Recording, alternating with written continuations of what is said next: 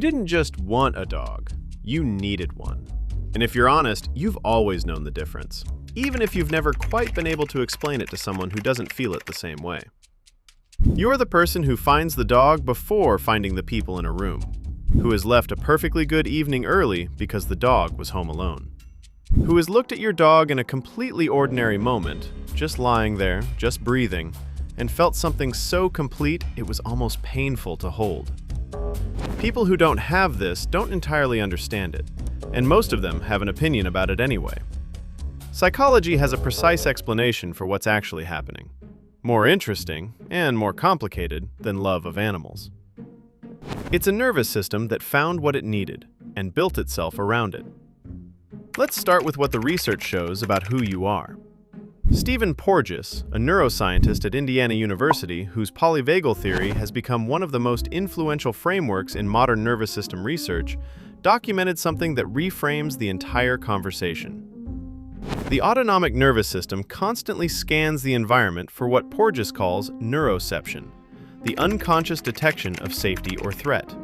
And dogs are among the only presences on Earth that consistently activate the social engagement system, the branch associated with calm, connection, and felt safety, without the complexity, unpredictability, or conditional quality that human relationships carry. Your nervous system doesn't have to manage a dog the way it manages people. It doesn't have to monitor for judgment, anticipate disappointment, or brace for the ways human connection can suddenly become withdrawal. With your dog, the nervous system exhales. For most people, that's pleasant. For some, the ones this video is about, it's something closer to necessary. And the research on why some nervous systems need that exhale more than others points somewhere specific. Elaine Aron at Stony Brook University found that approximately 15 to 20% of the population processes emotional and sensory information with measurably greater depth than average. A nervous system that registers more, connection more fully, disconnection more acutely, the emotional texture of environments in ways most people simply don't notice. The profile of the person who deeply loves dogs maps almost precisely onto Aron's highly sensitive person. Not because sensitivity causes dog love, but because a nervous system that feels more intensely benefits more profoundly from a relationship that carries no hidden costs. No performance, no subtext, no version of love that can be quietly withdrawn without warning. Here's where it gets more complicated and more honest. The nervous system explanation is real, but there's a shadow side to needing this specific kind of connection that almost nobody in this space names. The same nervous system that finds profound regulation in a dog's uncomplicated presence tends to find human relationships more exhausting by comparison. Not less meaningful, more exhausting. The person who deeply loves dogs often isn't running from human connection, but they've learned, through accumulated experience, that human connection comes with a monitoring cost that dog connection doesn't. The constant low-level work of reading the room, managing the gap between what people say and what they mean, the way you can do everything right and still find the relationship suddenly complicated. And here's what that pattern quietly builds over time. The dog becomes the primary relationship. Not consciously, not as a decision, but because it's where the nervous system most reliably finds safety without surveillance, presence without performance. The dog starts to occupy an emotional position that human relationships struggle to access. The partner who is genuinely loved but occasionally wonders if they are needed in the same structural way. The friend who notices the dog comes first, not sentimentally, but architecturally. This isn't dysfunction, but it's a pattern worth seeing clearly rather than just living inside. Because the same sensitivity that makes the bond with your dog profound also makes certain kinds of human vulnerability harder to sustain. And your dog, for all the genuine neurochemical reality of that bond, cannot give you what the messiness of human relationships, navigated well, eventually produces. Seeing that clearly isn't a reason to love your dog less. It's a reason to understand yourself more. Here's what the bond is actually built from. Miho Nagasawa and colleagues at Azabu University published findings in Science in 2015 showing that mutual gazing between a dog and their owner triggers simultaneous oxytocin increases in both, a self-reinforcing neurochemical loop that no other animal on Earth activates in humans. Not wolves raised by humans, not other domesticated animals. This co-evolved specifically between dogs and humans over approximately 15,000 years. Your dog wasn't trained to make you feel this way. They were built to. Ija Koskela and colleagues at the University of Jyväskylä published research in scientific reports in 2024 showing that bonded dog-owner pairs show synchronized heart rate variability during rest, their autonomic nervous systems tracking each other, co-regulating across species.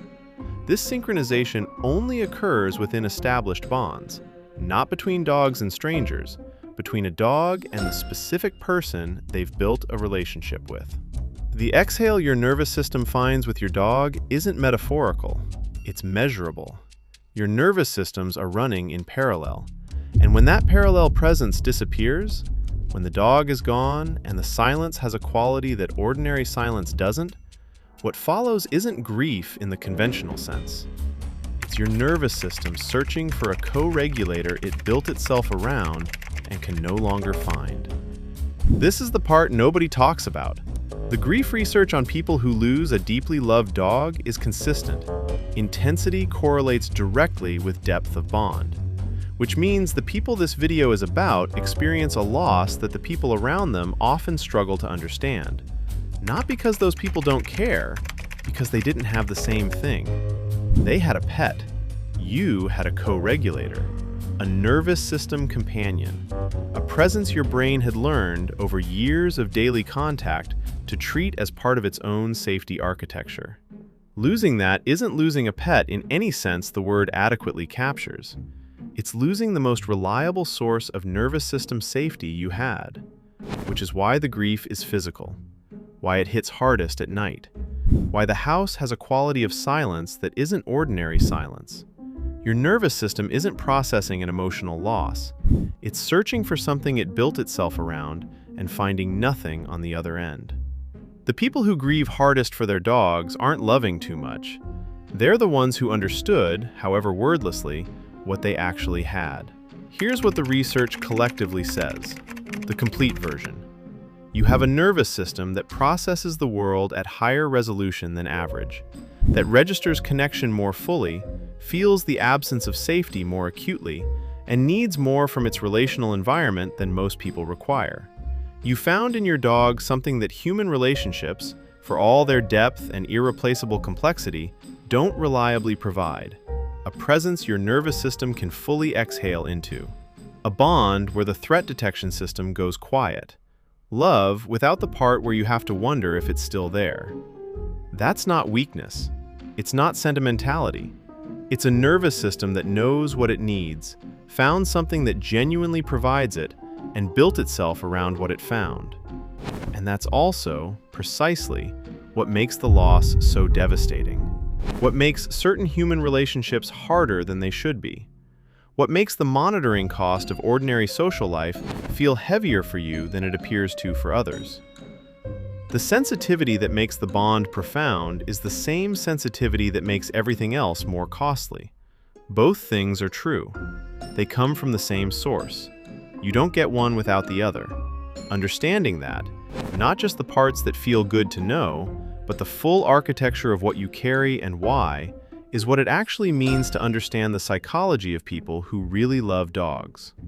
If this describes something you recognize, the bond, the cost, or both, drop a comment. And if you want content that takes the psychology of how you actually experience the world seriously, subscribe. We make videos for people who'd rather understand themselves than feel better about themselves. That's the difference.